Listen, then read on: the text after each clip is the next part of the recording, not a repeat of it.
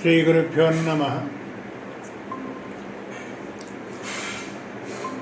శ్రీగురుభ్యో నమః. వక్రతుండ మహాకాయ సూర్యకోటి సమప్రభ నిర్విఘ్నం కురు మే దేవ సర్వకార్యేషు సర్వదా. ధ్యానమూలం గురోర్మూర్తి, పూజామూలం గురోర్పదం, మంత్రమూలం గురోర్వాక్యం, మోక్షమూలం గురోర్కృప. సదాశివసమారంభాం శంకరాచార్యమధ్యమాం అస్మదాచార్యపర్యంతాం వందే గురుపరంపరాం. వ్యాసాయ విష్ణురూపాయ వ్యాసరూపాయ విష్ణవే నమో వై బ్రహ్మనిధయే వాసిష్ఠాయ నమో నమః. భగవద్గీత కించిదతీత గంగాజలలవకణికా పీత సకృదపి ఏన మురారిసమర్చ క్రియతే తస్య యమేన న చర్చ. గీతాశాస్త్రమిదం పుణ్యం యః పఠేత్ ప్రయతాత్మనః విష్ణోఃపదమవాప్నోతి భయశోకాదివర్జితః.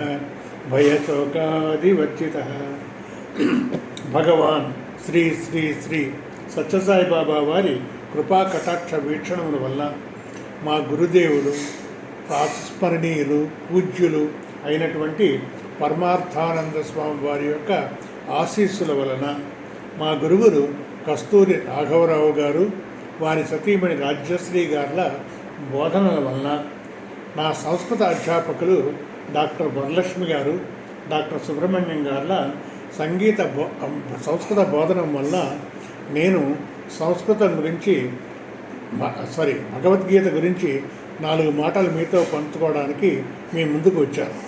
ఈరోజు ప్రార్థనా శ్లోకాన్ని ఇందిర గారు చదువుతారు. అమ్మా ఇందిర గారు, మీరు ప్రార్థనా శ్లోకాన్ని చదవండి. అలాగే అండి. హరి ఓం అండి. హరి ఓం.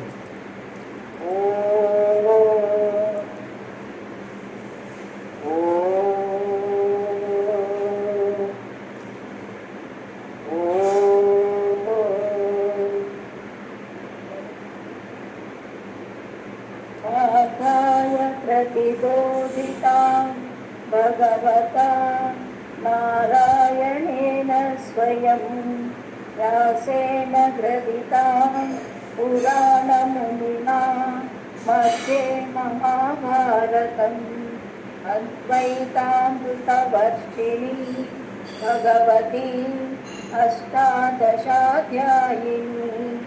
अम्ब त्वामनुसन्दधामि भगवद्गीते भगवद्वेषिणी.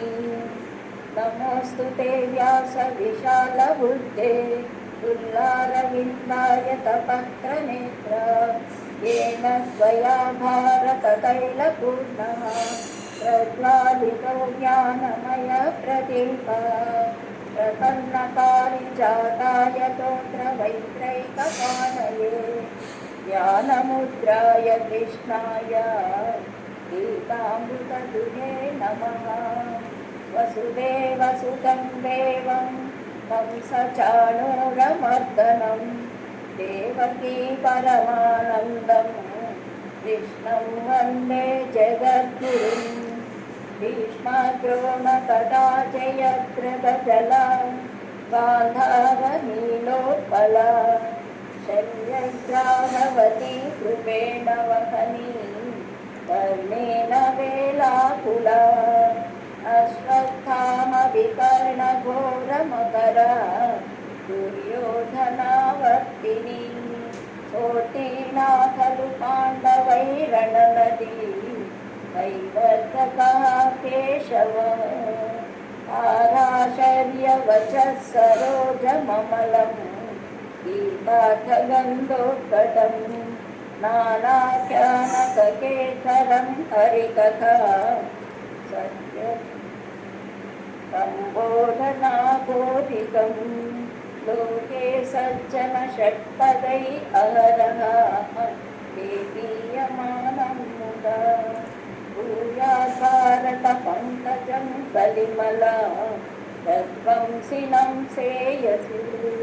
मोहं करोति वाचालं पङ्गुं लङ्घयते गिरिं यत्कृपातमहं वन्दे परमानन्दमाधवम्.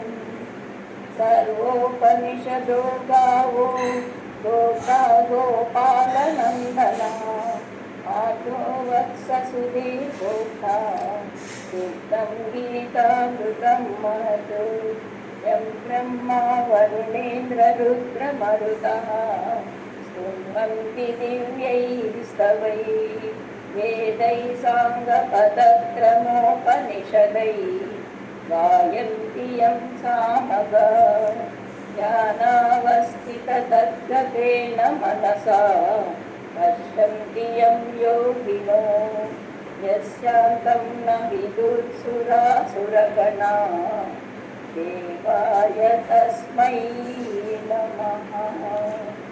నమస్కారం ఇంద్ర గారు, చాలా చక్కగా చదివారు మీరు.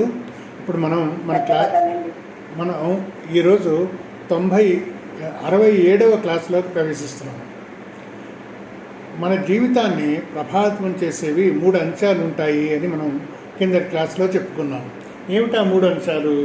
ఒకటి దేశము, మన చుట్టూ ఉండేటువంటి పరిసరాలు, వాతావరణాలు, ప్రజలు, వీళ్ళందరూ కూడా మన జీవితాన్ని ప్రభావితం చేస్తారు.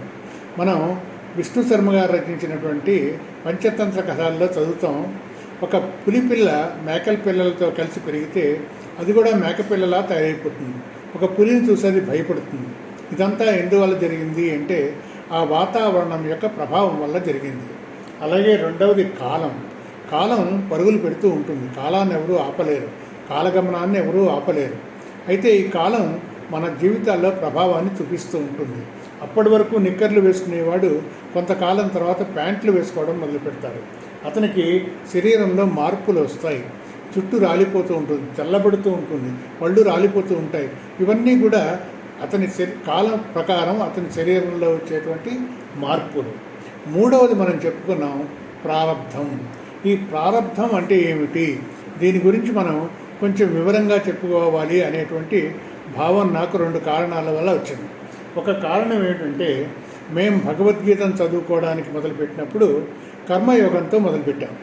ఒక రోజున మా గురువు గారు కలిసి నన్ను అన్నారు, మోహన్ రావు గారు మీరు భగవద్గీత చదువుకుంటున్నారు అని విన్నాను, ఏ అధ్యాయం నుంచి మొదలుపెట్టారు అని అడిగారు. అంటే నేనన్నాను, అయ్యా మేము మొదలుపెట్టింది కర్మయోగంతో మొదలుపెట్టామండి. ఎందుకనంటే కర్మయోగం అర్థం చేసుకోవడానికి వీలుగా ఉంటుంది అని నా భావంతో మేము కర్మయోగంతో మొదలుపెట్టాం. ఆయన అన్నారు, అలా ఎందుకు మొదలుపెట్టారండి మీరు, కృష్ణ భగవానుడు చెప్పిన క్రమంలోనే మీరు కూడా చెప్పుకుంటే బాగుండు కదా అని అన్నారు. అది సాక్షాత్తు భగవంతుడే ఆయన చేత చెప్పించాడు అని నా అభిప్రాయం. రెండవ విషయం ఏమిటంటే కృష్ణ భగవానుడు మనకి 2వ అధ్యాయంలో అతను ఈ ఆత్మబోధన మొదలు పెడతాడు. అందుకని మనం అందరం కూడా సాంఖ్యయోగంతో మొదలుపెట్టాలి. మనం దేంతో మొదలుపెట్టాలి? సాంఖ్యయోగంతో మొదలుపెట్టాలి. ఈ ప్రారబ్ధం అన్నది ఏమిటి?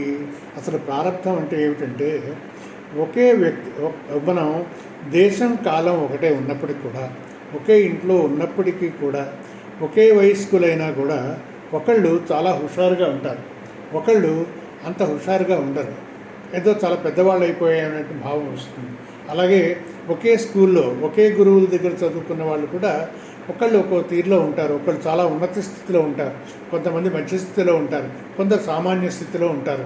ఎందుకు ఇలా జరుగుతూ ఉంటుంది? దీనికి ప్రారబ్ధం కారణము అని మనం చెప్పుకుంటాం. ఇప్పుడు భగవద్గీతలో కృష్ణ భగవానుడు ముందర అర్జున విషాద యోగము అని చెప్పారు. ఆ అర్జున విషాద యోగంలో కృష్ణ భగవానుడు ఏమీ మాట్లాడలేదు. 2వ అధ్యాయం అయినటువంటి సాంఖ్యయోగంలో ఆయన తన బోధని 11వ అధ్యాయం నుంచి మొదలుపెట్టాడు. కృష్ణ భగవానుడి యొక్క బోధ భగవద్గీతలో 2వ అధ్యాయంలో 11వ శ్లోకం నుంచి మొదలవుతుంది. ఆ శ్లోకంలో ఆయన ఏమన్నారంటే అశోచ్యానన్వశోచస్త్వం ప్రజ్ఞావాదాంశ భాషసే గతాసూన గతాంశంశ్చ నాను శోచంతి పండితా అన్నారు. ఇక్కడ పండితా అంటే ఆత్మజ్ఞానం కలవాళ్ళు. కృష్ణ భగవానుడు తన బోధని ఆత్మజ్ఞానంతో మొదలుపెట్టాడు. అంటే మనం కూడా ఆత్మజ్ఞానం గురించి మనం తెలుసుకోవాలి.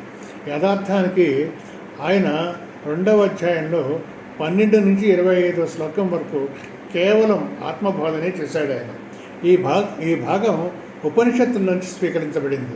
ఉపనిషత్తులోంచి ఆయన తీసుకుని భగవద్గీతలో పొందుపరిచారు ఆయన.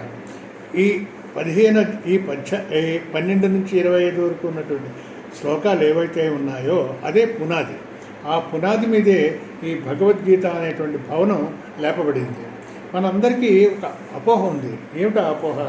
మనం అందరం కూడా శరీరము, నేను శరీరాన్ని, నేను ఇంత ఎత్తుంటాను, నేను లావుగా ఉంటాను, పొడువుగా ఉంటాను, పొట్టిగా ఉంటాను, ఇవన్నీ కూడా మనం శరీరంతో ఆపాదిస్తాం, శరీరానికి ఆపాదిస్తాం. మనం శరీరము అని అనుకుంటాం. కృష్ణ భగవానుడు అంటాడు, ఇదంతా తప్పయ్యా, ఇది నువ్వు శరీరానివి కాదు. మరి నువ్వెవరువి అంటే ఆయన అన్నారు, వాసాంసి జీర్ణాని యథా విహాయ నవాని గృహ్ణాతి నరోపరాణి తథా శరీరాన్ని విహాయ జీర్ణాన్ని అన్యాని సంయాతి నవాని దేహి అంట. దేహి అంటే ఈ శరీరాన్ని ధరించేవాడు ఏం చేస్తాడట, ఎవరైతే ఈ బట్టల్ని వదిలేసి కొత్త బట్టల్ని కట్టుకుంటాడో ఆ బట్టలు లాంటివంటిదయ్యా నీ శరీరము. నీ శరీరాన్ని కూడా నువ్వు వదిలేస్తావు, కొత్త శరీరాన్ని ధరిస్తావు. ఏమిటి నా శరీరాన్ని నేను వదిలేయడం ఏమిటి? ఇదంతా మనకు కొంచెం అర్థమయ్యేటట్టు ఉండదు, ఏదో కొంచెం గజిబిజిగా ఉన్నట్టు ఉంటుంది. అంటే ఏమీ గజిబిజి పడక్కర్లేదయ్యా. మీరు నిద్రపోతున్నప్పుడు చూడండి, గాఢ నిద్రలో ఉన్నప్పుడు చూడండి, మీరేం చేస్తారు? మీ శరీరాన్ని మనసుని పక్కన పెట్టేస్తారు. మీరు నిద్రపోతారు, హాయిగా నిద్రపోతారు. పక్కన పెట్టేస్తారు అని ఎందుకంటున్నానంటే దాంతో ఏం వ్యవహారం నడపరు మీరు, దాంతో ఎవరు ఏవి మాట్లాడరు, ఏవి పనులు చేయరు. దాన్ని తీసి పక్కన పెట్టేస్తారు. మళ్ళీ నిద్ర లేచిన తర్వాత మళ్ళీ దాన్ని తీసుకుని మన కార్యక్రమాలు చేసుకుంటూ మొదలు పెడుతూ ఉంటాం. అది నిద్రలో దాంతో ఏం వ్యవహారం చేయలేదు అంటే మనం మరణించినట్టు కాదండి, మనం బతికే ఉన్నాం. మనం నిద్రపోయేటప్పుడు కళ్ళతోటి తీసి పక్కన ఎలా పెట్టుకుంటామో అలాగే మనం ఏం చేస్తామన్నమాట, ఈ శరీరాన్ని కూడా తీసి పక్కన పెడతాం. ఈ కళ్ళతోటికి ఒకటేమో ఒక అద్దం శరీరం, ఒక అద్దం మనస్సు. మనం అంత మాత్రం చేత నేను శరీరాన్ని వదిలిపెట్టాను కాదు, వదిలిపెట్టేసి నేను శరీరాన్ని కాదు, నేను ఉపయోగించేటువంటి శరీరం ఒక పరికరం. అదేమిటి చాలా ఆశ్చర్యంగా ఉంది. నేను శరీరంతో మమేకమైపోతూ ఉంటాను, నేను శరీరం కాదంటాడేమిటి కృష్ణ భగవానుడు అని మనం ఆయన అడుగుతాం. కృష్ణ భగవానుడా, సరే నేను శరీరాన్ని కాదు, మరి నేనెవరు అని అడిగితే ఆయన ఏమంటారు, నువ్వు చైతన్యవి, నువ్వు జ్ఞానస్వరూపానివి, నువ్వు విజ్ఞాన స్వరూపానివి. దీన్ని ఏమంటారంటే, ఇంకో పేర్లు కావాలి అంటే దీన్ని ఆత్మ అంటారయ్యా, దీన్ని సాక్షి అంటారయ్యా. ఏమన్నా కూడా అది ఏదైతే ఆత్మ అని మనం అనుకుంటున్నామో అది. మరి ఆత్మ కాకుండా ఇంకేమున్నాయి నా దగ్గర? ఆత్మ కాకుండా చాలా ఉన్నాయి. దగ్గర శరీరం ఉంది, ఇంద్రియాలు ఉన్నాయి, మనస్సు ఉంది. ఇవన్నీ కూడా అనాత్మలు. అంటే మనలో ఆత్మని ఒకటి ఉంది, అనాత్మని ఒకటి ఉంది. అయితే ఈ అనాత్మ, ఇంద్రియాలు కూడా అనాత్మనే అన్నాను నేను. ఇంద్రియాలు అంటే ఈ కాళ్ళు, ఈ కనపడే చెవులు, ముక్కు, కన్ను, ఇవి కాదండి. దీన్ని కళ్ళతో మనం ఏ వస్తువునైతే చూడగలుగుతున్నామో ఆ శక్తిని నేత్రేంద్రియము అంటామండి. ఆ నేత్రేంద్రియం మనకు కనపడి కళ్ళు మాత్రం, కళ్ళంత మాత్రానే అది ఇంద్రియాలు కాదవి. ఇప్పుడు ఆత్మ యొక్క లక్షణాలు ఏమిటి? నువ్వు నేను ఆత్మని అని ఉంటున్నావు కదా, మనందరం ఆత్మలు అని నువ్వు ఉంటున్నావు కదా. ఆత్మ యొక్క లక్షణం ఏమిటి అంటే, ఆత్మ యొక్క లక్షణం ఏమిటంటే, ఆత్మ ఈ శరీరం అంతా వ్యాపించుంటుంది, కానీ అది శరీరంలో ఒక భాగం కాదు, ఈ శరీరం చేత తయారు చేయబడింది కాదు, ఈ శరీరం యొక్క లక్షణం కాదు. దీనికి ఉదాహరణ ఏం చెప్తారంటే, ఒక కాంతి ఉంది, ఒక గదిలో ఒక కాంతి ఉంది, అక్కడ ఒక చెయ్యి అడ్డు పెట్టాను, ఒక చెయ్యి ఇలా అడ్డు పెట్టాను అనుకోండి. చెయ్యి అడ్డు పెడితే ఏమవుతుంది? ఈ చెయ్యంతా కూడా కాంతి పడుతుంది, కానీ ఆ కాంతి ఈ చేతిలో భాగం కాదు, ఈ చేతి చేత తయారు చేయబడలేదు, అలాగే ఈ చేతి యొక్క లక్షణం కాదు. కనుక ఆత్మ శరీరం యొక్క ఆత్మ మన it's not a property of the body. ఏమండి, రెండవ లక్షణం ఏంటంటే, కాంతి ఈ చేతికే పరిమితమై ఉండదు. కాంతి ఏమవుతుంది? అంతటా ఈ గదంతా వ్యాపించి ఉంటుంది. అలాగే ఆత్మ కూడా మన యొక్క శరీరానికే వ్యాపించి ఉండదు, శరీర సరిహద్దులతో ఆగిపోతుంది, ఇంకా అంతటా వ్యాపించి ఉంటుంది. అందుకని మనం ఏమంటాం? ఆత్మ సర్వగత. అందుకనే మన పెద్దలు అడ్రస్ చేసేటప్పుడు ఏమంటారు? ఆత్మస్వరూపులారా అంటారు, శరీర స్వరూపులారా అంటారు. మనం అందరం ఆత్మస్వరూపులు. నేను ఒకవేళ ఈ చెయ్యిని ఇక్కడికి తీసేసాను అనుకోండి, తీసేస్తే కాంతి ఉందా లేదా? కాంతి ఉంది, కానీ ఉందని మనకు తెలియదు, వ్యక్తం కాదు. ఎందుకు వ్యక్తం కాదు? దాన్ని ప్రతిబింబం చేసేటువంటి ఒక్క మాధ్యమం లేదు, ఒక వస్తువు లేదు కనుక అది లేదు అని అనిపిస్తుంది, కానీ అది ఉంది, అది అవ్యక్తంగా ఉంది కనుక ఆత్మ నిత్య, అది ఎప్పుడూ ఉంటుంది. నువ్వు చేయి పెట్టినా ఉంటుంది, చేయలేకపోయినా పెట్టకపోయినా ఉంటుంది. ఇంకొక లక్షణం, ఇవన్నీ ఆత్మ యొక్క లక్షణాలు మనం ఇవన్నీ ఎందుకు చెప్తున్నామండి? మనం ప్రారంధం అంటే ఏమిటో తెలుసుకోవడానికి మనం ప్రయత్నం చేస్తూ ఇవన్నీ చెప్పుకుంటున్నాం. ఎందుకనంటే మనకి ఫండమెంటల్స్ తెలిస్తే కానీ అవి మనకి స్పష్టంగా అర్థం అవ్వవు అని నా అభిప్రాయం. రెండోది ఏమవుతుందండి, ఈ చెయ్యిలో అడ్డు పెట్టాను కదండి, ఈ చెయ్యిని ముడిచేస్తాను అనుకోండి, ముడిస్తే కాంతి కూడా ముడిచిపోతుందా? కాంతి ముడవదండి, కాంతి ఎప్పుడూ ఒకలాగే ఉంటుంది. కాంతి నిర్వికార, కాంతిలో ఏమి మార్పులు ఉండవు, వికారాలు ఉండవు. అయితే శరీరంలో వికారాలు ఉంటాయి, అనాత్మ కనుక శరీరంలో వికారాలు ఉంటాయి. శరీరంలో ఏం వికారాలు ఉంటాయి? షడ్వికారములు ఉంటారు. శరీరానికి షడ్వికారములు అని అంటారు. అవేమిటది? అస్థి అంటే అసలు జీవుడు మొదలవుతాడు, తర్వాత జాయతే పుడతాడు, పుట్టిన తర్వాత వర్ధతే పెరుగుతాడు, చిన్నపిల్లవాడు పెరుగుతాడు, పెరిగిన తర్వాత ఏం చేస్తాడు? విపరిణమతే అంటే ట్రాన్స్ఫర్మేషన్స్ వస్తాయి, మీసాలు వస్తాయి, ఇవి వస్తాయి, కొంచెం పెద్దవాడు అవుతాడు. తర్వాత ఏమవుతాడు? క్షీయతే క్షీణించడం మొదలుపెడతాడు, తర్వాత నశ్యతే మరణిస్తాడు. ఈ 6 మార్పులు కూడా అతనిలో కనపడతాయి. అయితే ఈ గదిలో నేను ఈ చేయి పెట్టాను, నేను ఒక్కడనే కాదు, ఇంకా అనేక వస్తువులు ఇక్కడ ఉన్నాయి, కానీ కాంతి మాత్రం ఒకటే. మన ఆత్మ ఒకటే ఉంటుంది, కానీ శరీరాన్ని బహుని, అనేక శరీరాలు అనేవి ఉంటాయి, కానీ ఆత్మ మాత్రం ఒకటే ఉంటుంది. ఇప్పుడు ఈ చెయ్యి ఒక పుస్తకాన్ని తీసి, ఒక భగవద్గీత పుస్తకాన్ని తీసుకున్నాను, నేను చదువుతున్నాను, మళ్ళీ పుస్తకం తీసి అక్కడ పెట్టాను. ఈ పనింతా ఎవరు చేస్తున్నారు? నా చెయ్యి చేస్తోంది, కానీ ఆత్మ ఏమీ చేయదు. ఆత్మ ఏమీ చేయదని, ఆత్మ కర్త. తర్వాత కర్మ చేయదు కనుక కర్మఫలం ఉండదు దానికి, కనుక ఆత్మ అభోక్త. ఆత్మ కర్త అభోక్త. నా పుణ్యం న పాపం న సౌఖ్యం న దుఃఖం న మంత్రో న తీర్థం న వేదో న యజ్ఞా అహం భోజనం నైవ భోజ్యన్న భోక్త చిదానందరూప శివోహం. ఇది నిర్వాణ షట్కంలో ఆత్మ గురించి చెప్తున్నట్టు శంకరాచార్యులు చెప్తారు. ఇప్పుడు మన కన్ను పనిచేస్తుందో లేదో ఎవరు చూస్తారండి? మన మనసు చూస్తుంది. మనసు చూసి ఏమండి కళ్ళు తినగా కనపట్లేదండి అంటుంది. అంటే అప్పుడు మనం ఒక కంటి డాక్టర్ దగ్గరికి వెళ్తాం. మరి మనసు తినగా పనిచేస్తుందో లేదో ఎవరు చూస్తారు అంటే బుద్ధి చూస్తుంది. బుద్ధి ఏముంటుంది? ఏమండి మనసు కొంచెం పరిపరి విధాలు పోతుందండి, నా మనసు ఒక దాని మీద నిలబట్టలేదండి అంటుంది బుద్ధి. మరి బుద్ధి తినగా పనిచేస్తుందో లేదో ఎవరు చూస్తారు? బుద్ధి పనిచేస్తుందో లేదో చూసి ఆత్మ చూసి నా బుద్ధి గడిచిందండి, అలా ప్రవర్తించానండి ఈరోజు అంటే బుద్ధిని పర్యవేక్షించేది కూడా ఒకటి ఉంది, దాని పేరు ఆత్మ. మనం ఏ ఆత్మ గురించి అయితే ఇంతవరకు మనం మాట్లాడుకుంటున్నామో ఆ ఆత్మ బుద్ధిని కూడా పర్యవేక్షిస్తుంది. మరి ఆత్మను ఎవరు పర్యవేక్షిస్తారు? ఆత్మను ఎవరు చూస్తారు? ఆత్మను ఎవరూ చూడలేరు. ఆత్మ is always the experiencer, it is never experienced. Camera లాగా అనమాట. కెమెరా చూడండి అందరికీ ఫోటోలు తీస్తుంది, తనకు మటుకు తను ఫోటో తీసుకోలేదు. అలాగే కళ్ళు అన్నిటినీ చూస్తాయి, మన కళ్ళు చూడలేవండి. అందుకని ఈ ఆత్మ ఏమిటనమాట అప్రమేయ అంట. మనం ఆంజనేయ స్వామిని గురించి ప్రార్థించేటప్పుడు కూడా అప్రమేయ అంటే ఆయన అందరినీ చూస్తాడు, కానీ ఆయన్ని మనం చూడలేకపోతాం. ఆయన అనేక రూపాల్లో ఆయన ఉంటారయ్యా అనే భావంతో అప్రమేయ పాహిమాం సప్రమేయ పాహిమాం అని మనం భజనలు పాడుతూ ఉంటాం. ఆఖరి ఉదాహరణ ఏమిటంటే ఆత్మ సత్యం. మనం ఒక 2 విషయాలు అర్థం చేసుకోవాలండి. నిత్యం సత్యం అనే 2 మాటలు మాట్లాడుతూ ఉంటాం. సత్యం అంటే ఏమిటంటే అది దానికి ఉనికి లేకుండా ఉండనే ఉండదు. ఉదాహరణకి బంగారము గొలుసు తీసుకున్నాం అనుకోండి. బంగారం ఉంటేనే గొలుసు ఉంటుంది కదండి. గొలుసుకు దానంతరం దానికి ఏమీ ఉనికి ఉండదు. బంగారం ఉంటేనే గొలుసు ఉంటుంది. గొలుసు ఉంటే బంగారం ఉంది అని లెక్క అనమాట. కానీ ఈ బంగారానికి బంగారం నిత్యం, గొలుసు మిథ్య అంటే ఒకసారి ఉంటుంది ఒకసారి ఉండదు, దాన్ని మిథ్య అంటారు.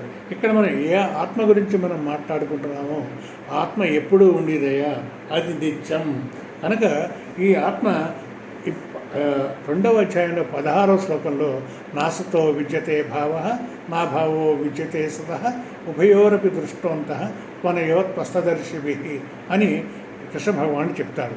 ఈ శ్లోకాన్ని దీని గ్రంథి శ్లోకం అంటారండి. ఈ శ్లోకం అర్థం చేసుకోవడం కష్టం. అంటే నేను దాంట్లో వెళ్ళండి, ఈ గ్రంథి సూక్తాలు ఇవన్నీ వద్దు ఇప్పుడు మనకి.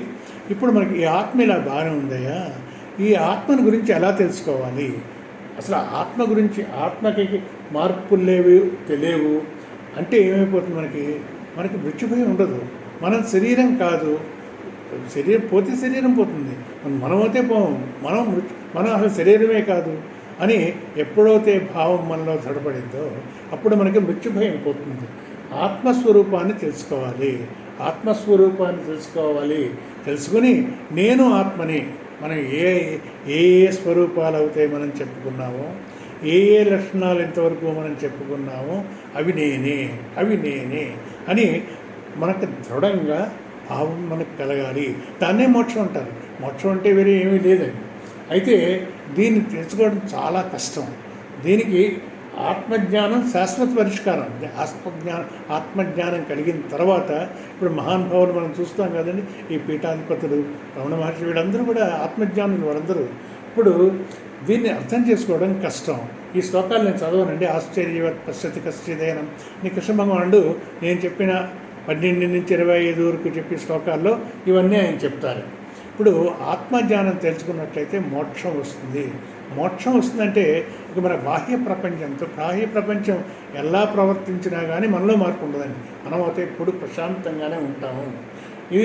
ఇది బాగానే ఉందయ్యా, నేను ఇలాగే ఉంటాను అంటే ఉండమంటాయండి, ఏమి పర్వాలేదు, అనేక జన్మలు వదిలే, నువ్వు అలా కంటిన్యూ చేయి అంటాడు. కాదండి, నాకు మోక్షం కావాలి, నాకు ఒక మార్గం చూపించు అంటే కృష్ణ భగవానుడు ఏం చేశాడంటే, నువ్వు జ్ఞానం పొందాలి అంటే ఫస్ట్ జ్ఞాన యోగ్యత కావాలి. ఇప్పుడు ఒక పరీక్షకు వెళ్ళాలి అంటే, ఓ డిగ్రీ చదవాలి అంటే ఆ డిగ్రీకి క్వాలిఫికేషన్ ఉండాలి. అలాగే ఏమంటున్నాడు, నీకు జ్ఞానం సంపాదించడానికి జ్ఞాన యోగ్యత ఉండాలి. మరి ఆ జ్ఞాన యోగ్యత ఎలా వస్తుంది? కర్మయోగం చేస్తే వస్తుంది. మనందరం చేస్తూ ఉంటామండి కర్మయోగాలు. కర్మయోగం అంటే ఏమిటో చూద్దామండి. ఇప్పుడు కర్మయోగం చేసినట్లయితే నీకు జ్ఞాన యోగ్యత వస్తుంది. అప్పుడు నువ్వేం చేస్తావు? జ్ఞాన సముపార్జన చెయ్యి. జ్ఞాన సముపార్జన చేస్తే జ్ఞానాన్ని పొందుతావు. కృష్ణ భగవానుడు ఏం చేశాడు, 2వ అధ్యాయంలో సంక్షిప్తంగా ఇవన్నీ చెప్పేసి 3వ అధ్యాయంలో కర్మయోగం గురించి చెప్పారు విస్తారంగా.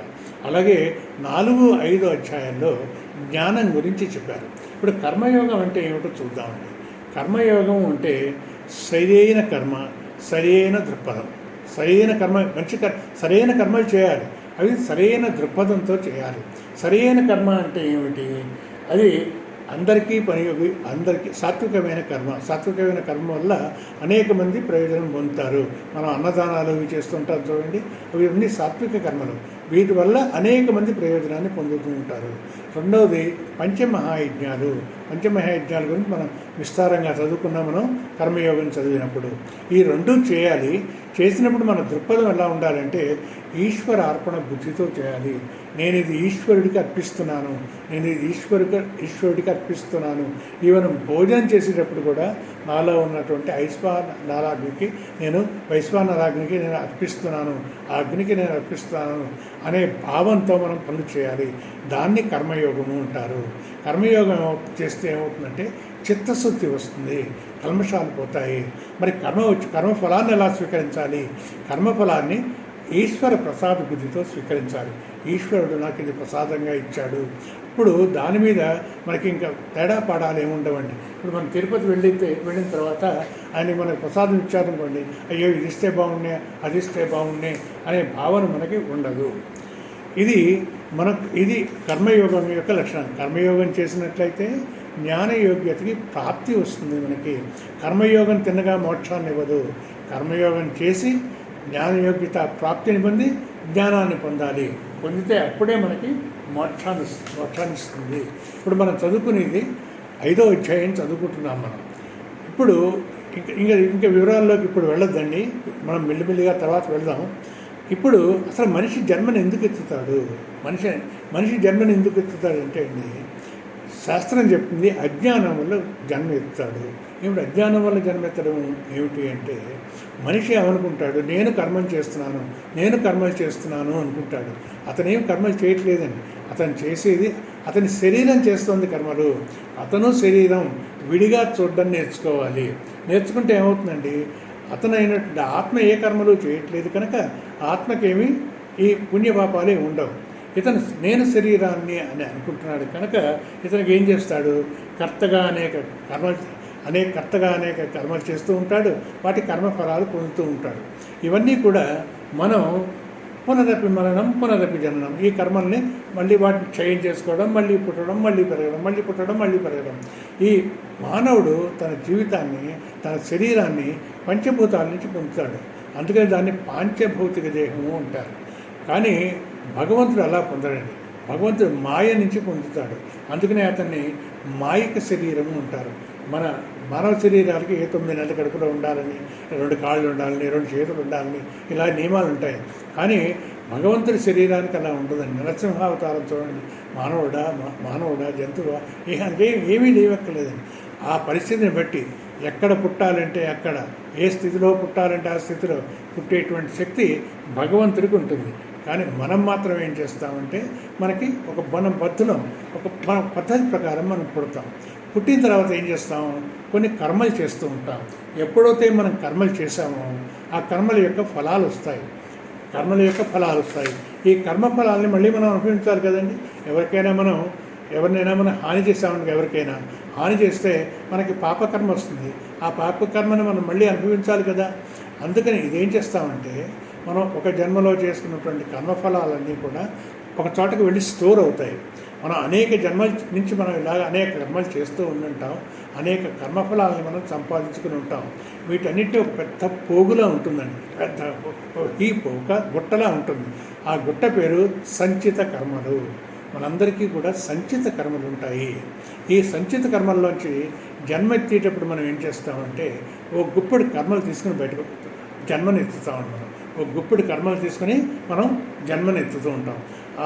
అప్పుడు జన్మనెత్తిన తర్వాత ఆ జన్మలో ఆ కర్మల్ని మనం పూర్తి చేసేయాలి, కంప్లీట్ చేసేయాలి. ఆ కర్మలను అనుభవించాలి. సుఖం అయితే సుఖం, పాపం అయితే పాపం.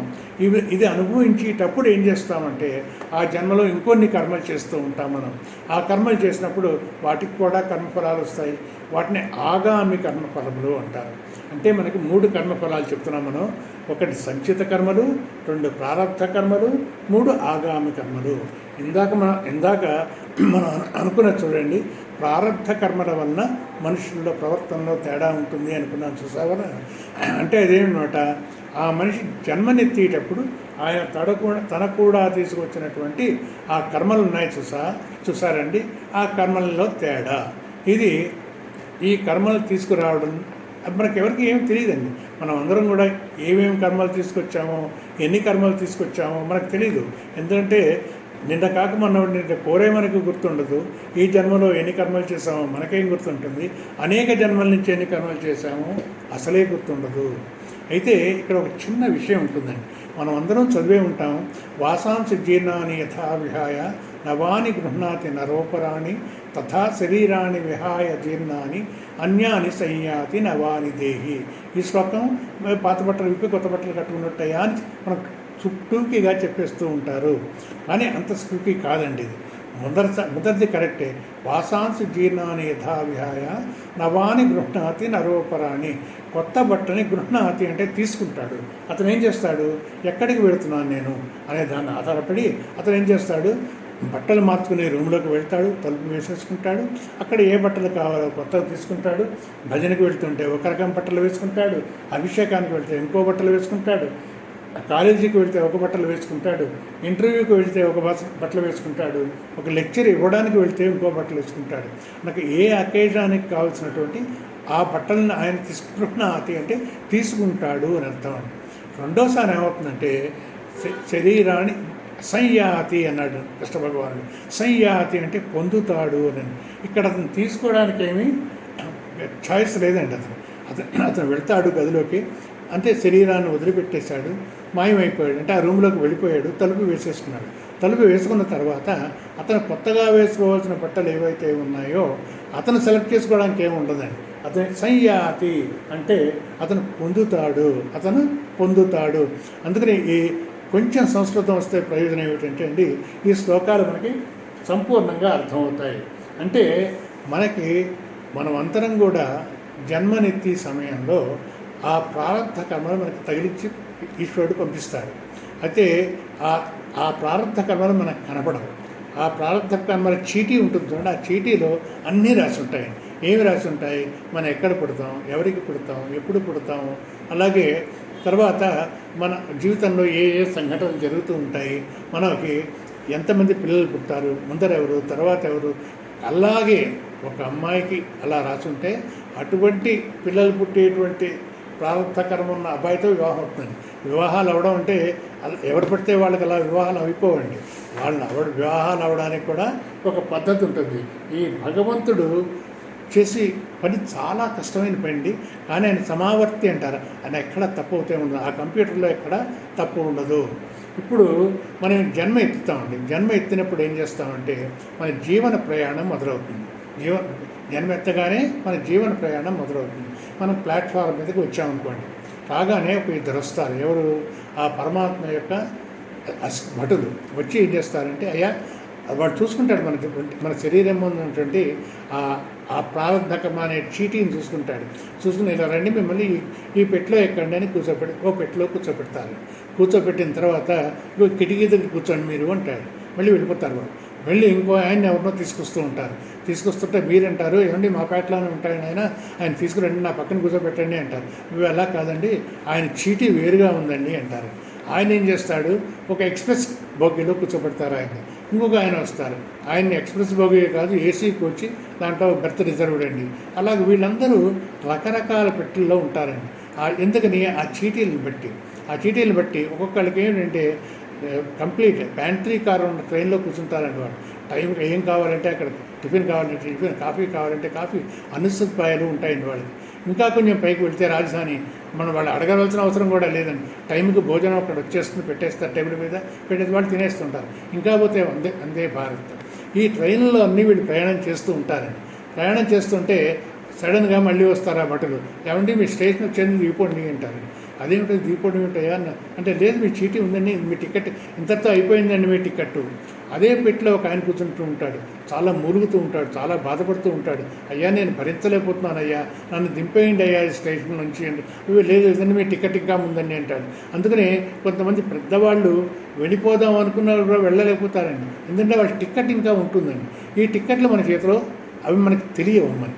అయితే మొదటి ప్రశ్న ఏమిటంటే, ఈ టికెట్లు ఎక్కడి నుంచి వస్తాయి, దేన్ని ఆధారంగా చేసుకుని ఈ టికెట్లు వస్తాయి, దేన్ని ఆధారంగా చేసుకుని ఈ టికెట్లు అన్నీ వస్తాయంటే, మనం చేసుకున్నటువంటి పూర్వజన్మ కర్మల ఆధారంగా వస్తాయి.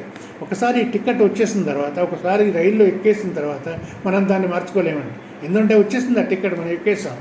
ఇప్పుడు మనం అందరం చేయవలసిన పని ఏమిటంటే, మనం మంచి కర్మలు చేస్తూ ఉండాలి.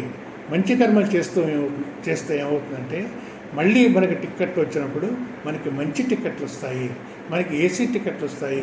మనం అందరం ఒకే క్లాస్లో చదువుకున్నా కానీ మన క్లాస్లో ఉన్నటువంటి ఇతరుల కంటే మంచి టిక్కెట్లు మనకు దొరుకుతాయి. అలాగే మనం వచ్చేసిన టిక్కెట్ ఏం చేయలేమండి, ఇది గుర్తుపెట్టుకోండి. రెండవది ఏం చేస్తాం, మనం ఎవరైనా కింద క్లాస్లో వాళ్ళని చూసి మనం హేళన చేసామనుకోండి, మానసికంగా కానీ శారీరకంగా కానీ ఈ వాచకంగా కానీ ఏదో మాట్లాడడం, వేళాకోళాలు చేయడం, వాళ్ళు మనకంటే తక్కువ స్థితిలో ఉన్నారు అనే భావనతోటి అది అన్నాం అనుకోండి, వాళ్ళ టికెట్ మనకి వెళ్ళిపోతుంది, మన టికెట్ వాళ్ళకి వచ్చేస్తుంది. మనం చాలా జాగ్రత్తగా ప్రవర్తించాలండి. మనం మానవ జన్మ ఎత్తినందుకు మనం ఇంప్రూవ్ చేసుకోగలం, అలాగే పడిపోగలుగుతాం కూడా. మనం చేయవలసిన పని ఏమిటంటే, మనం ఈ ట్రైన్లో ఉన్నాము, దీనికి ఈ టికెట్ నేను చెప్పింది ఒక టికెట్ ఒక యాంగిలే అండి. కొంతమందికి ధనం ఉండొచ్చు, కొంతమందికి అందం ఉండొచ్చు, కొంతమందికి మంచి సంగీతం ఉండొచ్చు, ఇంకొకమందికి జ్ఞానం ఉండొచ్చు, ఇంకొకమందికి చక్కగా మాట్లాడే విధానం ఉండొచ్చు, కొంతమందికి విపరీతమైన భక్తి ఉండొచ్చు, కొంతమందికి ఎన్ని మంచి కార్యాలు చేస్తుంటారు, ఎన్ని సేవలు చేస్తూ ఉంటారు. ఇలాగ రకరకాలైనటువంటి సద్గుణాలు ఇవన్నీ కలిపినటువంటి ఆ టికెట్లో అన్నీ ఉంటాయి. కనుక మనందరం ఏం చేయాలంటే సక్రమంగా ప్రవర్తించాలి. భగవంతుని నిర్ణయించినటువంటి మార్గంలో మనం ప్రవర్తించాలి. మనం ఎవరి గురించి చెడు మాట్లాడవలసినటువంటి అవసరం మనకి లేదు. మనం ఎవరి గురించి చెడు మాట్లాడకూడదు. మనకి తెలుసండి, ఎవరు చెప్పవలసిన అవసరం లేదండి. మనం పెద్దవాళ్ళు, చిన్నప్పుడు మన తల్లిదండ్రులు చెప్పారు, ఇలా చేయండి అని. కానీ ఈ శరీరం ఏం చేస్తుందంటే ఒక్కోసారి మన మాటను లెక్క చేయకుండా అది దాని ఇష్టం వచ్చినట్టు ప్రవర్తిస్తుందండి. ఆ ప్రవర్తించడం వల్లనే తర్వాత జన్మలో వాళ్ళకి తక్కువ రకమైన టిక్కెట్లు లభిస్తాయి. ఆ టిక్కెట్లు లభిస్తే వాళ్ళు ఎంతో బాధపడుతూ ఉంటారు, ఏమీ చేయలేకపోతారు. ఇప్పుడు పాపాలు చేసినప్పుడు, మోసాలు చేసినప్పుడు చాలా బాగుంటుందండి. ఎవరికి ఏం తెలియదు, ఎవరు చూడలేదు అనుకుంటారండి. ఈ టిక్కెట్లు మాత్రం వస్తాయి. ఇది మనందరం స్పష్టంగా తెలుసుకోవాలండి. లేకపోతే ఒకళ్ళు అంబానీకి పుట్టడం ఎందుకు, ఇంకోళ్ళకి పుట్టడం ఎందుకు, ఒకళ్ళు ఇంత అందంగా పుట్టడం ఎందుకు, ఇంకోలా ఉండడం ఎందుకు, ఇవన్నీ ఈ మార్పులు, ఈ తేడాలు ఇవన్నీ కూడా మనం చేసినటువంటి కర్మల ఫలితములు. ఇది కర్మల ఫలితములు. వీటన్నింటినీ పుట్టుగదా మనం ఏమంటాం? ప్రారబ్ధ కర్మ అంటాం. ఏమంటామని మనం? ప్రారబ్ధ కర్మ అంటే కొంతమంది ఏమంటారు, నా ప్రారబ్ధం అండి అని. అది చెడనే కాదండి, మంచి కూడా అదే. మంచి అనుభవించవలసి వచ్చినప్పుడు కూడా అది ప్రారబ్ధ కర్మ కిందే వస్తుంది. నేనేమంటానంటే, కిందసారి మనం మాట్లాడినప్పుడు మన జీవితాన్ని ప్రభావితం చేసేవి 3 ఉంటాయి. ఒకటి దేశం, రెండవది కాలం, 3 ప్రారబ్ధం అన్నాం కదండి. ఆ ప్రారబ్ధం అంటే ఏమిటో మనకి స్పష్టంగా అర్థం అవ్వాలి.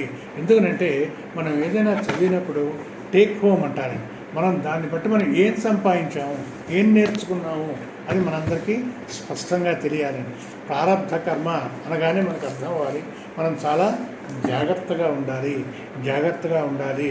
మనం ఎవరిని ఎప్పుడూ ఏం మోసం చేయలేము, భగవంతుని ఎప్పుడైతే మోసం చేయలేము.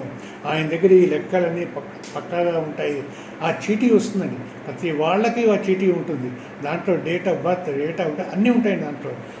దాని నుంచి మనం తప్పించుకోలేము. అది మనందరికీ స్పష్టంగా అర్థం అవ్వాలి అనే ఉద్దేశంతో నేను ఈ ప్రారబ్ధ కర్మ అనే విషయం గురించి ఇంత సమయాన్ని ఖర్చు చేశానండి. మనందరం కూడా భగవద్గీత చదువుకుంటున్న వాళ్ళం సక్రమంగా ప్రవర్తించాలి.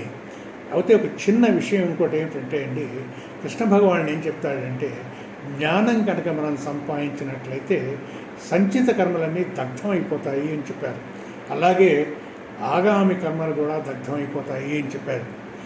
ఏమొస్తాయంటే జ్ఞానం సంపాదించినట్లయితే. కానీ ప్రారబ్ధ కర్మలు ఉంటాయి. ఎందుకంటే ఆ ప్రారబ్ధ కర్మలు అనుభవించే వరకు మనం మన శరీరాన్ని వదిలిపెట్టము, శరీరం ఆత్మను వదిలిపెట్టదు. ఇది కృష్ణ భగవానుడు జ్ఞానయోగంలో మనకు చెప్తారనమాట. అందుకని మనం ఏం చేయాలి? ఈ జ్ఞానాన్ని నేర్చుకోవడం, జ్ఞానాన్ని ఆచరించడం అత్యంత ముఖ్యమైన విషయం కనుక ఆ జ్ఞానాన్ని మనం నేర్చుకోవడానికి ప్రయత్నం చేయాలి. ఇప్పుడు కృష్ణ భగవానుడు కిందటి క్లాస్లో ఏం చెప్పారు?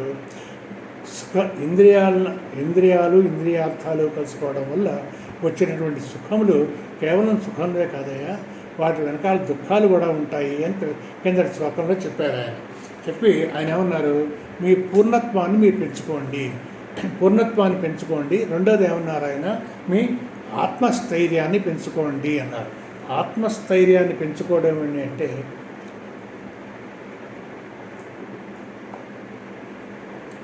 Mental preparedness. You should be mentally prepared. 2 ఉదాహరణలు చెప్తానండి, చెప్తే మనకు అర్థమవుతుంది.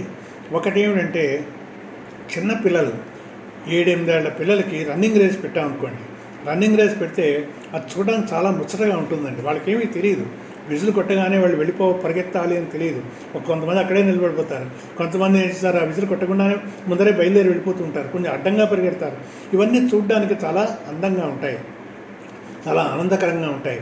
అప్పుడు ఎవరైనా అండి మా మనవడు లేడండి వీటిలో, అందుకు నాకు చూడబుద్ధి వేయట్లేదండి అంటే ఏంటనమాట? వాళ్ళ మనవడు ఉంటే ఈయనకి ఆనందం వస్తుందా? మనవడు లేకపోతే ఆనందం రాదా? అంటే అతను అపూర్ణుడు అనమాట. అతను పూర్ణత్వం గలవాడైతే పిల్లలు ఆడుకుంటుంటే వాళ్ళు మంచి చెడు ఏమిటి కనుక మనం ఏం చేస్తారు? శంకరాచార్యులు అన్నారు, అహం ఏషాం ఏతే మమః. వాళ్ళు నా వాళ్ళు, నేను వాళ్ళవాడిని, ఈ భావన వదిలే. చక్కగా పిల్లలు ఆడుకుంటున్నారు, చూసి దాన్ని ఆనందించు. నువ్వు పూర్ణుడివి. ఎప్పుడైతే నువ్వు పూర్ణుడివో నీకు ఇటువంటి నేను నా వాళ్ళు అనే భావాన్ని వదిలే. పిల్లలు సెలవులకు వచ్చారు, కొన్ని సెలవులు అయిన తర్వాత వెళ్ళిపోతారు, ఇది సామాన్యం. అంతేగాని ఎప్పుడైతే నేను నా పిల్లాడు అన్నాడో బాధ వచ్చేస్తుంది. నువ్వేం చేస్తావు? నా పిల్లవాడు కూడా అందరి పిల్లవాడిలాగే చక్కగా సెలవులకు వచ్చాడు, చక్కగా మాతో టైం గడిపాడు, వెళ్ళిపోతున్నాడు. లేకపోతే మనం ఏం చేస్తాం? వచ్చేటప్పుడు సంతోషం, వెళ్ళేటప్పుడు బాధ. ఇలా వద్దయ్యా, నువ్వు నీ పూర్ణత్వాన్ని పెంచుకో, నీ పూర్ణత్వాన్ని పూర్తిగా తెలుసుకో అని కింద శ్లోకంలో చెప్పాడు. రెండోది ఏమని చెప్పాడండి ఆయన? నువ్వు ఆత్మస్థైర్యాన్ని పెంచుకో. నువ్వు నీ మనవళ్ళు 10 మంది 5 మనవాళ్ళు 10 మంది పిల్లలు పడి రేస్లో మీ అబ్బాయి ఉన్నాడు అనుకో, అందులో 5 ప్రైజులు ఉన్నాయనుకో, అంటే 5 ప్రైజులు వస్తాయి, 5 ప్రైజులు రావు. కనుక నీ మనవడికి ప్రైజు వస్తే రావచ్చు, రాకపోతే రాకపోవచ్చు. There is a possibility he may get, he may not get. ఈ సుఖాలు ఏవైతే ఉన్నాయో ఆ సుఖాల వెనకాల కష్టాలు కూడా ఉంటాయి. నువ్వు ఎప్పుడైతే పోటీలో పాల్గొన్నావో దాని వెనకాల నువ్వు చెందితే ప్రైజ్ పొందొచ్చు, లేకపోతే ఓడిపోవచ్చు. ఈ రెండింటికి నువ్వు ప్రిపేర్ అయ్యి ఉండాలి. లేకపోతే నువ్వు పోటీలో పాల్గొని ఏం ప్రయోజనం? కనుక దీనివల్ల ప్రయోజనం లేదయ్యా. నువ్వు నీ ఆత్మస్థైర్యాన్ని, నీ మెంటల్ ప్రిపేర్ని పెంచుకో, అప్పుడు నువ్వు బాధపడవు అని కృష్ణ భగవానుడు జ్ఞానం యొక్క సాధనలు, ఈ జ్ఞానాన్ని ఎలా సాధించాలి అన్నది 22వ అధ్యాయంలో 23వ అధ్యాయంలో చెప్పాడు. కింద క్లాస్లో మనం 22వ అధ్యాయం చదువుకున్నాం. ఇప్పుడు 23వ అధ్యాయంలో కృష్ణ భగవానుడు ఏం చెప్తున్నాడంటే రాగద్వేషాలను ఎలా కంట్రోల్ చేసుకోవాలి అని చెప్తున్నాడు. అసలు రాగద్వేషాలు ఎక్కడి నుంచి వస్తాయి మనకి? రాగద్వేషాలు, రాగం అంటే ఏమిటి? ఒకళ్ళంటే చాలా ఇష్టం, మమకారం. ద్వేషం అంటే ఒకళ్ళంటే అయిష్టం. ఈ రాగము ద్వేషం రెండూ కూడా పొరపాటునయ్యా. ఇవి తప్పుడు అభిప్రాయం వల్ల వస్తాయి అని చెప్తుంది శాస్త్రం. నీ ఆలోచన విధానం తప్పు వలన నీకు రాగద్వేషాలు వస్తాయి అంటుంది. ఏమిటి ఆలోచన విధానం తప్పు? ఆలోచన విధానం ఏమిటంటే నేను ఇది పొందినట్లయితే నాకు పర్మనెంట్ సుఖం అని నువ్వు ఎప్పుడైతే అనుకున్నావో ఇది పర్మనెంట్ సుఖం కాదు, అది మారుతూ ఉంటుంది. మనం కింద క్లాస్లో చదువుకున్నాం కదా, ఆద్యంతవంత కౌంతేయ. వీటన్నిటికీ కూడా ఆది ఉంటుంది, అంతం ఉంటుంది. కనుక ఒక సుఖం కనుక వచ్చేస్తే ఆ సుఖమే ఎప్పుడూ అలా ఉండిపోతుంది అని అనుకోకండి. అందుకని దీనికి ముందరలో సంతోషంగానే ఉండే కొంతకాలం మార్పులు చెప్తాయి, మళ్ళీ సంతోషం అవుతుంది, మార్పులు వస్తూ ఉంటాయా.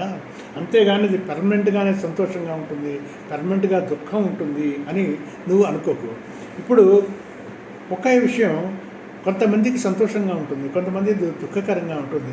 చూడండి, ఈ వెస్ట్రన్ మ్యూజిక్ ఉంటుంది చూడండి, పిల్లలు వెస్ట్రన్ మ్యూజిక్ పెట్టుకుని చక్కగా గంతులు వేసేస్తూ పాటలు పాడుతూ ఇలా చేస్తూ ఉంటారు.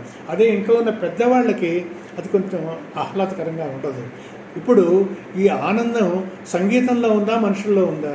ఇది మనుషుల్లో ఉంది. ఈ మనుషులు ఏం చేస్తాం అనమాట, మనకి ఇది తెలియనంత కాలం మనం ఏం చేస్తాం, ఆ బాహ్య ప్రపంచాన్ని సరిచేయడానికి ప్రయత్నం చేస్తూ ఉంటాం. దాన్ని సరిచేయడం అన్నది సాధ్యమైన పని కాదని.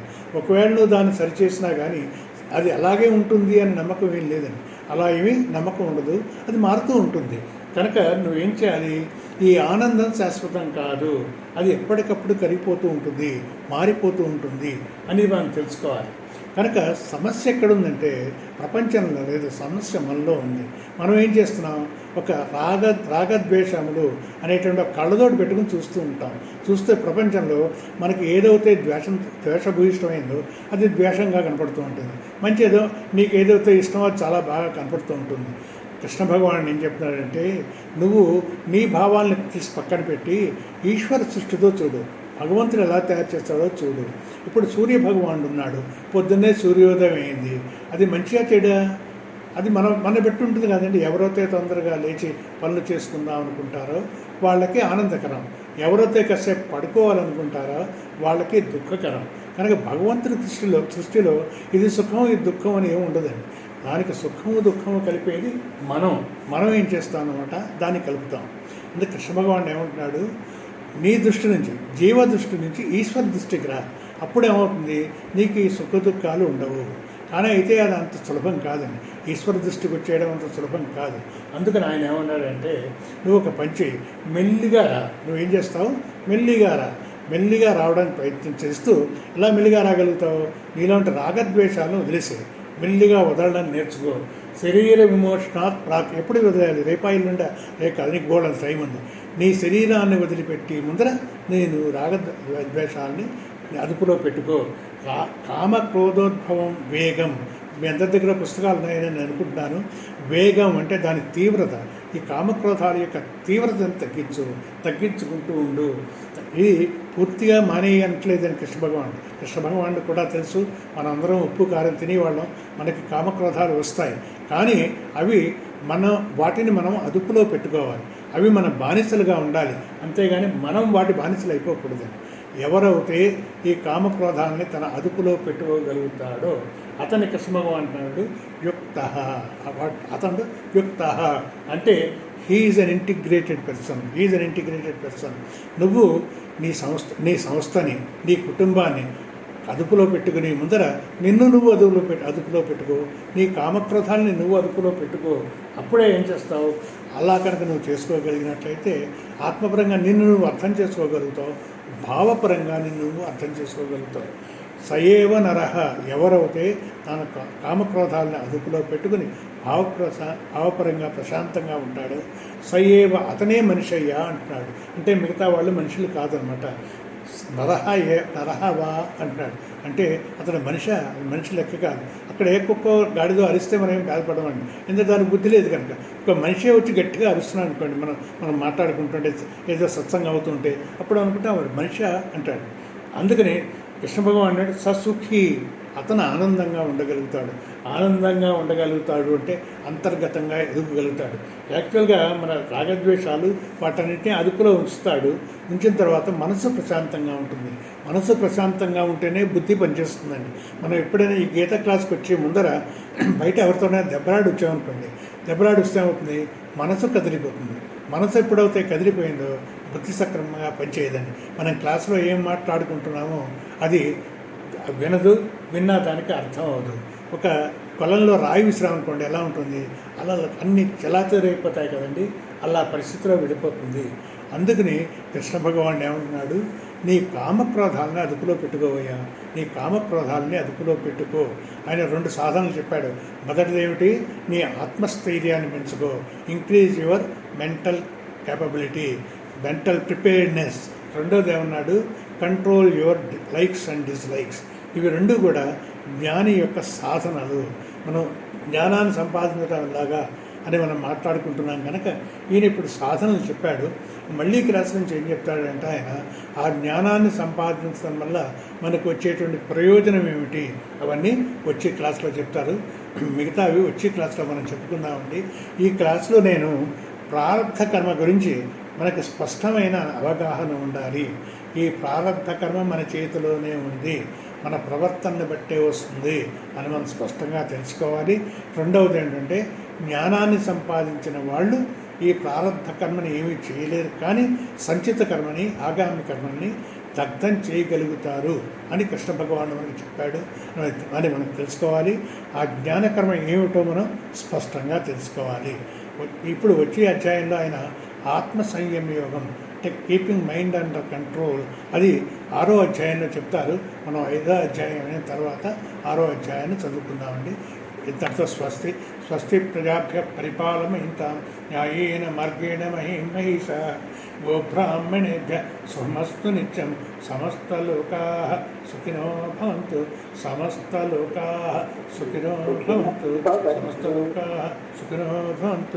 ఓం శాంతి శాంతి శాంతి.